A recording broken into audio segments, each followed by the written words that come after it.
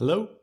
In this video we're going to go through first time programming of micro rusEfi, and then we'll go through second time programming of rusEfi.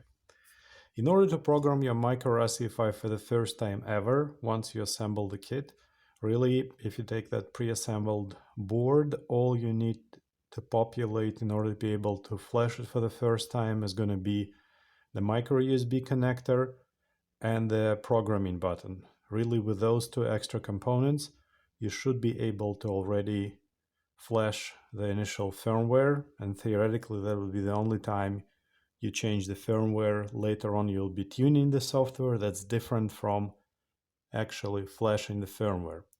So to do that first time flashing, you have to use the program button. You press and hold it. While you hold it, you plug in your micro USB cable. In that case, in your device manager, you're supposed to see STM device in DFU mode. That means that your STM chip, the microcontroller on micro rusEfi, is in this special sacred programming mode. You open the HOWTO page for the micro rusEfi kit. One of the links here says download latest bundle here. This is the micro rusEfi F4 bundle, which is going to be the file like this, rusEfi bundle MRE F4. You then uncompress that file and you end up with a folder with the snapshot time for the version you've just downloaded. Somewhere inside there's rusEfi console software. Let's launch this software. If you launch the software, there's a few useful buttons. There's a button to open that device manager thing where you are supposed to see STM device in DFU mode. There's also a button to install a bunch of drivers relevant for micro rusEfi. Once we have those, we switch from auto DFU into manual DFU mode. Manual DFU mode is the mode for the first time programming, and we click update firmware, and this is how the console will be updating the firmware inside the micro rusEfi. My video is shaking just a little bit. I guess it's a little bit annoying, but we'll have to survive.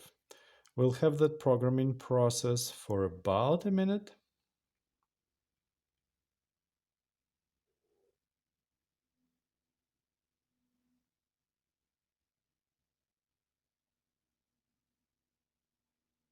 Getting closer. Done. Please power cycle device. So we're going to close this window, we turn it off, we turn it on, and bingo, we have the blue LED blinking. The relatively fast blinking means USB not detected. Slightly faster blinking means there's a USB connectivity. When we have that USB connectivity, we can, if we need to, for whatever reason, update the firmware. Usually if you are aware of some bug fix or you're aware of the latest feature you want to be using, you can use auto DFU. Auto DFU does not require you to press the button. For auto DFU, you can program, once you see your device as ST microelectronics virtual COM port. So auto DFU, no buttons, blinking now. We hit the button. Things start to happen, things start to blink. It has automatically switched into the DFU mode, and now it's actually flashing. And here the device is now visible as DFU mode device, and we are flashing.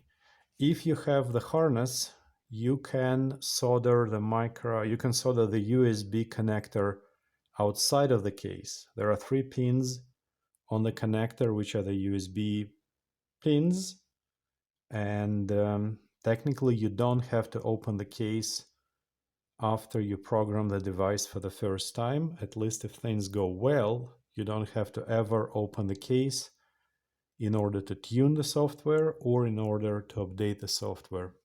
That's it. That concludes the video on how you program your device for the first time using the micro USB connector and the programming button on the board.